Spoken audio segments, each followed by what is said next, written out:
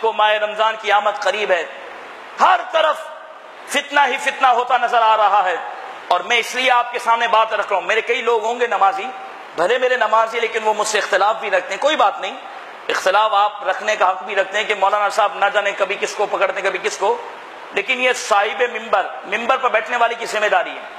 جو ممبر پر بیٹھے اور حق نہ بولے وہ گونگا شیطان ہے، سرکار نے فرمایا. قیامت کے دن ممبر پر بیٹھنے والوں سے سب سے پہلے سوال ہوگا کہ انہوں نے کیا حق ادا کیا. اب پچھلے دنوں یہی جو شب برات کی جو بڑی رات تھی، اس میں ایک اپنے آپ کو مذہبی اسکالر کہنے والے عامر لیاقت صاحب، ٹھیک ہے، اپنے آپ کو اہل سنت کا ٹھیکیدار کہنے والے، اپنے آپ کو چیمپئن کہنے والے، انہوں نے شب برات میں کیا کیا آپ کے ذہن میں ہو نہیں ہو پتہ نہیں، پورے سوشل میڈیا پہ موجود ہے. انہوں نے اپنے رمضان ٹرانسمیشن کو صحیح ثابت کرنے کے لیے اور اپنے رمضان کے تمام معاملات کو درست ثابت کرنے کے لیے، اور جو معاذ اللہ رمضان کی مبارک راتوں میں اور مبارک ایام و مبارک دنوں میں بے پردہ خواتین کو اور مردوں کو ایک ساتھ بٹھا کر دنیا کے انعامات تقسیم کرنے والے اور خدا کی لعنت کے مستحق ہونے والے نے اپنے پروگرام کو، جو رمضان ٹرانسمیشن اور جو دیگر پروگرام وہ کرتے ہیں، اس کو انہوں نے صحیح ثابت کرنے کے لیے کہا. کتنی غلط بات. اگر آپ کے دل میں اسلام اور ایمان کی قدر ہوگی تو میری بات پر آپ توجہ دو گے، کیونکہ میری ذاتی کوئی دشمنی نہیں، نہ کوئی محبت ہے، نہ کوئی میرا تعلق ہے، لیکن ایک دین کا طالب علم ہو کر آپ کے سامنے حق بول رہا ہوں تاکہ ہم اپنے نمازیوں تک پہنچائیں. انہوں نے کہا کہ لوگ کہتے ہیں کہ مرد و خواتین کا مخلوط اجتماع تم کرتے ہو، ایک ساتھ تم مرد و خواتین کو ملاتے ہو. اگر یہ غلط ہے جا کر حج بند کرواؤ.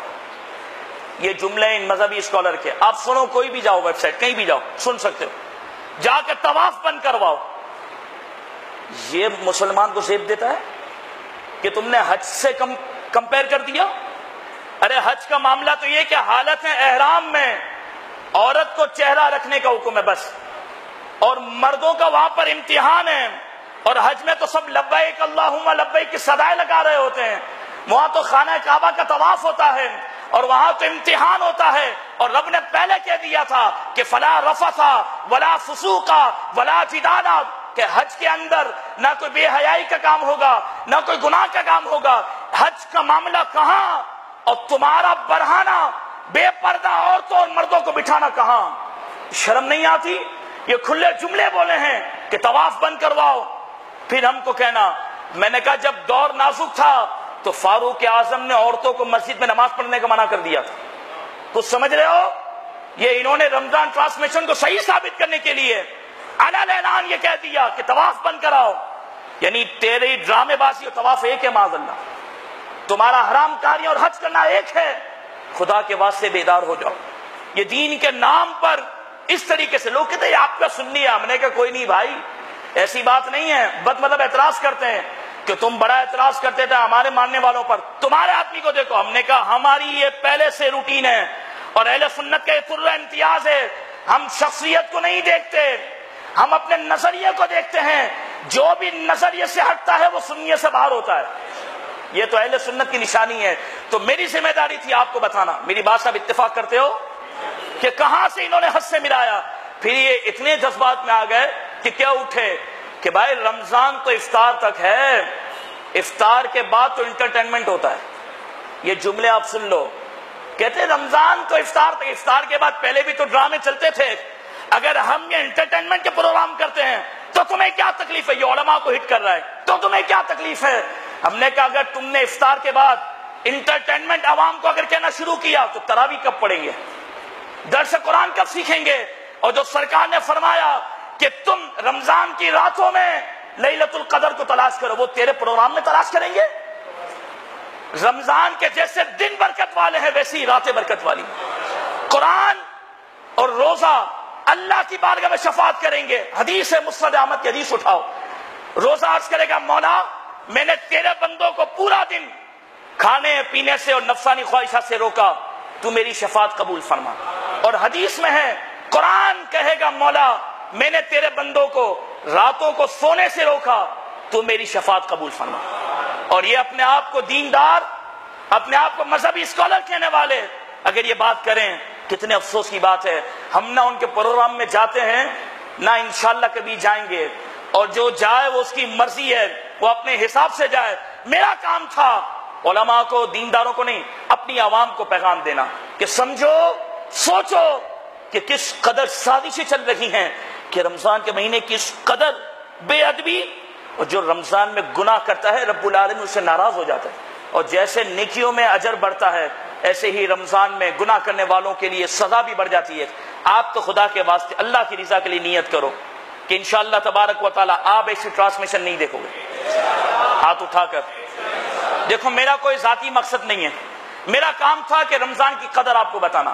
سرکار نے فرمایا جب تک میری امت رمضان کی قدر کرے گی اسے کوئی رسوا نہیں کر سکتا، اور جب میری امت رمضان کی قدر چھوڑ دے گی تو رسوا ہو جائے گی. ہمارا دل چھنی ہو گیا اس عامل لیاقت کی بکواس سن کر کہ رمضان تو افطار تک ہوتا ہے، اس کے بعد انٹرٹینمنٹ ہوتا ہے. تو ہم نے کہا تراویح کب پڑھیں گے، قرآن کب پڑھیں گے؟ تمہارے پروگرام میں بیٹھ کر برہانہ عورتوں کو دیکھا جائے، بے پردہ عورتوں کو دیکھا جائے، میوزک بجائے جائے اور بالکل بے حیائی کے کام کیے جائے اور مذاق مستی کی جائے، مسخرے کیے جائے. اس کو کہتا ہے رمضان. پھر کہتا ہے یہ تہوار ہے ہم منائیں گے، جو روک سکتا ہے روکے. میں نے کہا یہ تیری بدماشی، تیرا غرور اور تیرا تکبر اور تیری فرعونیت انشاءاللہ ایک دن خاک میں ملے گی.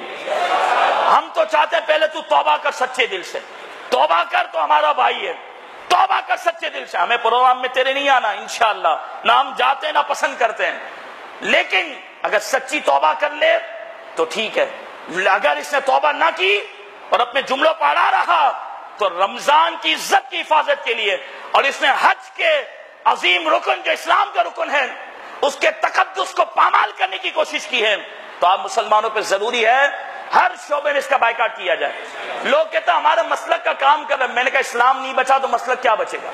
اس نے تو اسلام کی حدود پر حملہ کر دیا کہ حج کو بند کراؤ، طواف بند کراؤ، ورنہ ہمارا پروگرام چلتا رہے گا. ایسے جملے کہیں گے تو یاد رکھنا اسلام کو ایسے للو پنجوؤں کی کوئی ضرورت نہیں ہے. اسلام کی کوئی خدمت کرے یا نہ کرے رب العالمین اپنے فضل سے خدمت لے لیتا ہے. تو یہ شریعت کا تقاضا نہیں ہے.